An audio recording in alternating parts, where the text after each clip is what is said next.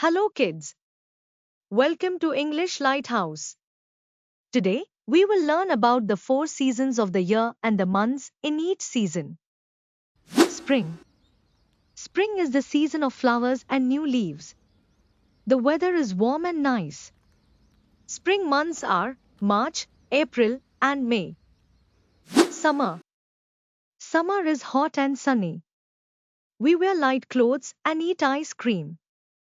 Summer months are June, July, and August. Autumn. Autumn is also called fall. Leaves change color and fall from trees. The air feels cool. Autumn months are September, October, and November. Winter. Winter is cold. We wear jackets and drink hot chocolate. Sometimes it snows.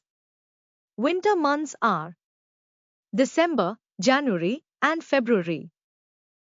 If you liked this video, give it a big thumbs up. And don't forget to subscribe to English Lighthouse. See you next time. Bye bye.